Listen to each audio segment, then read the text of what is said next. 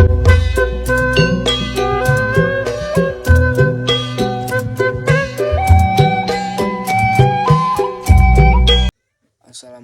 warahmatullahi wabarakatuh. Tembangkeun nami abdi Hairul Jalali Pai di kelas 9D.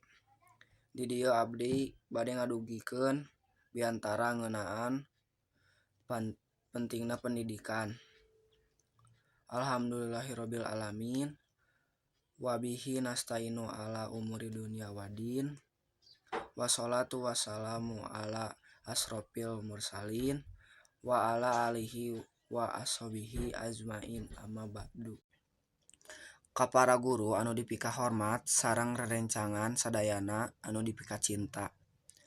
Dina kesempatan ieu simkuring bade nyarios sakadik ngeunaan pentingna pendidikan. Wargi sadaya, pendidikan teh mangrupa bekal utama pikeun masa depan. Ku pendidikan urang tiasa ngabedakeun anu hade jeung anu goreng. Tiasa mikir leuwih jembar. Oge leuwih siap nyanghareupan jaman anu beuki maju. Di sakola urang henteu ngan ukur diajar mata pelajaran wungkul, tapi oge diajar disiplin, silih hormat, gawe bareng jeung kumaha jadi jalma anu mandiri. Ieu sayadana teh penting pikeun ngawangun karakter anu hade. Pendidikan moal hasil tanpa semangat jeung usaha.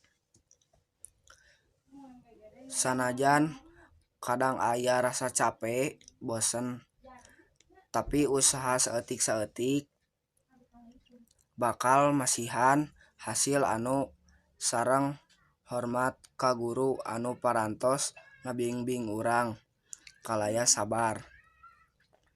Ku kituna hayu urang sami-sami ngajaga semangat diajar supados tiasa ngahontal cita-cita sareng janten generasi anu mangpaat.